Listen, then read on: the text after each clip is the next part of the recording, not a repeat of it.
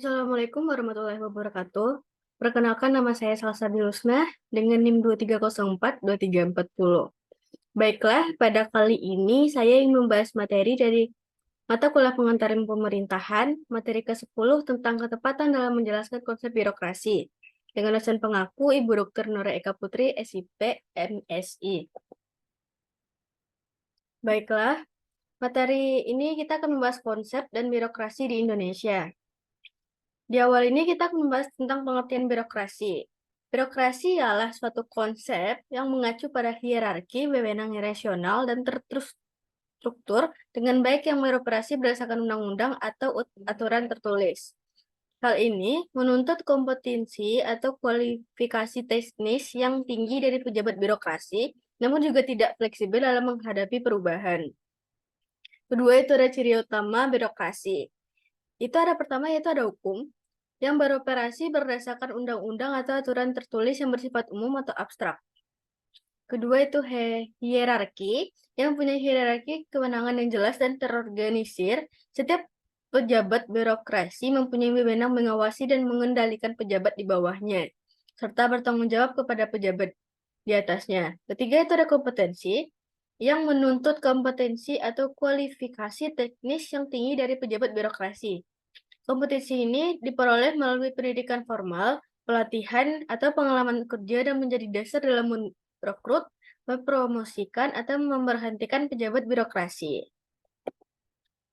Selanjutnya itu ada teori mengenai konsep birokrasi. Pertama itu ada teori klasik birokrasi yang muncul pada awal penemuan dan pembahasan birokrasi, yang dimana menjelaskan tentang konsep birokrasi yang mendasari birokrasi klasik agar kita mengetahui cara kerja atau susunan pekerjaan yang serba lambat, serba menurut aturan, kebiasaan, dan banyak lika-likunya.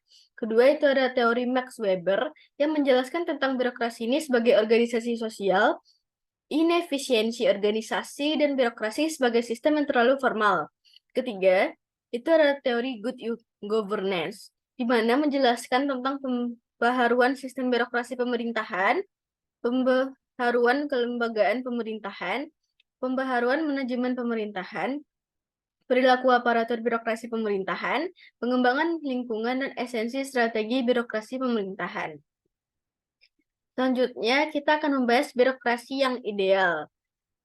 Menurut dalam Wakhid tahun 2011, birokrasi yang ideal seharusnya dijalankan dengan cara pertama, yaitu pejabat tidak diperbolehkan menggunakan jabatannya untuk keperluan pribadi termasuk keluarganya. Kedua, itu ada jabatan harus memiliki tingkatan hierarki dari atas ke bawah juga samping. Ketiga, itu setiap jabatan dalam hierarki tersebut memiliki spesifik kerja masing-masing. Keempat, itu setiap jabatan ada kontrak jabatan yang harus dijalankan dan menjadi tanggung jawab pemegang jabatannya. Kelima, itu ada penyeleksian pegawai yang dilakukan atas dasar kualifikasi profesionalitas dan dengan kompetitif. Keenam, itu setiap pegawai yang memiliki gaji dan hak untuk menerima pensiun sesuai dengan tingkatan jabatan dalam hierarki yang ada. Ketujuh, itu adanya struktur pengembangan karir yang jelas berupa promosi yang berdasar pada sistem merit dan hasil baik pekerjaan yang dapat dibuktikan. Nah, selanjutnya kita akan membahas materi yang kedua tentang birokrasi di Indonesia. Perlu kita jelaskan lagi, birokrasi di Indonesia adalah instrumen negara yang memiliki legitimasi yang kuat untuk menjalankan administrasi negara dalam praktik pembangunan dan pelayanan publik. Selanjutnya itu ada kelemahan birokrasi Indonesia. Pertama itu ada pola pikir para birokrasi di Indonesia terlalu sesuai aturan. Kedua, itu ada orientasi budaya kerja yang lemah. Ketiga, itu birokrasi di Indonesia secara organisasi terlalu gemuk. Keempat, itu peraturan perundang-undangan tidak harmonis. Kelima, itu banyak suatu birokrasi yang ditempatkan pada posisi yang tidak sesuai dengan kemampuannya. Keenam, itu soal kewenangan yang tumpah tindih atau tumpang tindih sehingga ada kecenderungan yang dimaksud kewenangan birokrasi. Selanjutnya, itu ada pelayanan publik yang buruk. Nah, ini selanjutnya ada upaya meningkatkan kualitas birokrasi di Indonesia. Nah, untuk meningkatkan kualitas birokrasi di Indonesia, beberapa upaya yang dapat kita lakukan, seperti meningkatkan kualitas aparatur negara dengan memperbaiki kesejahteraan dan profesionalisme serta menerapkan sistem karir berdasarkan prestasi. Kedua, itu ada meningkatkan fungsi dan profesionalisme birokrasi dalam melayani masyarakat dan akuntabilitasnya dalam mengelola kekayaan negara.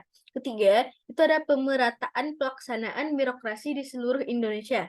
Keempat, itu ada meningkatkan kualitas dan citra birokrasi Indonesia agar dapat bersaing dengan negara-negara tetangga.